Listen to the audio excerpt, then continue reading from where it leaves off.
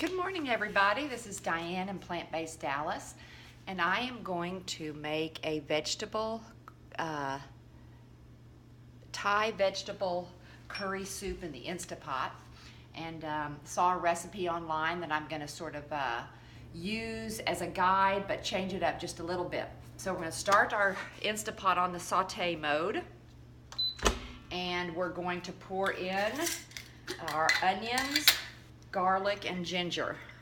It says about a half a cup of onions. I'm gonna use a little bit more than that because I love onions, and notice I'm getting these out of my jars for quick and easy access. Here's some garlic that I just cut up. I also keep my garlic in a jar. Need to chop this up, but these are garlic cloves. It'd be even better if they're already pre-chopped. There's about 3 or 4 cloves of garlic. More is always better for garlic. And here is some pre-cut ginger I have. I'm gonna add, maybe a 2 teaspoons of the garlic. Of the ginger. Okay, so it says to saute it. It's on the saute mode. And we're gonna saute it for a little bit. And again, I just have the onions, the ginger, and the garlic. I put a little bit of water. Actually, I put in some green tea. When my recipes call for water, I just substitute green tea if I have it. It's just another way to get more of that good green tea. That's so good for us. Okay, this is a little bit slow. We're gonna go ahead and get our other veggies ready to add. This particular recipe called for broccoli. I don't have any broccoli, but I do have a few Brussels sprouts. And that sulforaphane was building up inside this jar with the Brussels sprouts, but that's quite all right. Okay, we're gonna put in some Brussels sprouts.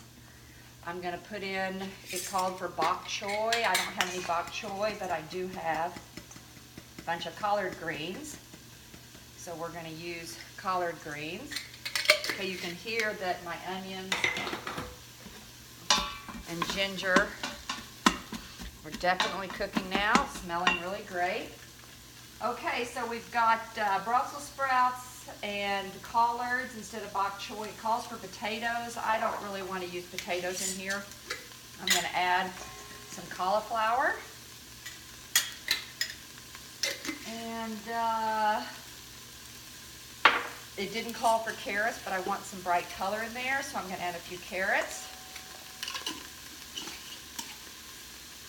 And after it's cooked, I'm going to open it up and add the mushrooms and the tomatoes, but I'm not going to pre-cook those because I don't want those to get soft. Okay, so we've sauteed that. Our directions say now add all the vegetables. Saute a little bit further, longer. Okay, you can see in the Instapot. It's nice having this Instapot where you can saute in the same pan that you're going to cook it in. The key thing for Thai dishes is after it's cooked, you definitely want to squeeze some fresh lime on it and add some fresh cilantro. That really makes the Thai dish good. I'm going to add to this Instapot some lemongrass that I got from my garden. I grew that, and when I close up the Instapot, I'm going to add the lemongrass in there to give it that good Thai flavor. Okay, it says to saute that for 2 minutes. It also calls for coconut milk. If you don't have coconut milk at home, just take some coconut, shredded or grated or whatever, add some water, and make your own coconut. That's what I did this morning, so I didn't have any coconut milk. And I'm going to blend it up one more quick time.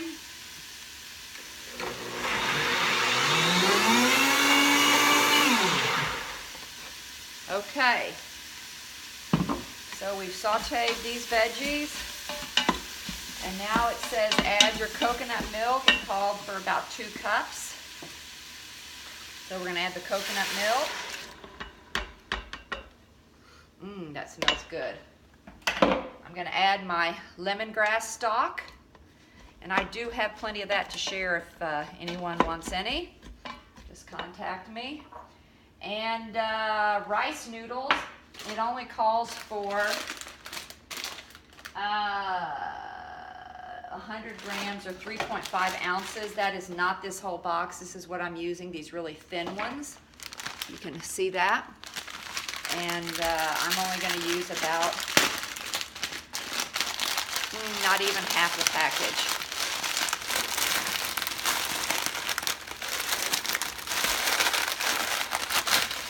Okay.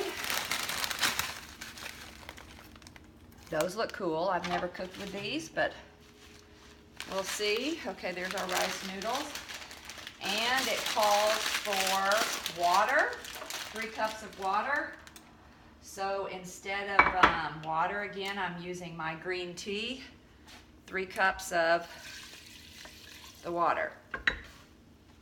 Now, the most important thing you want is this Thai curry paste. They have both red and green. I love the red. It calls for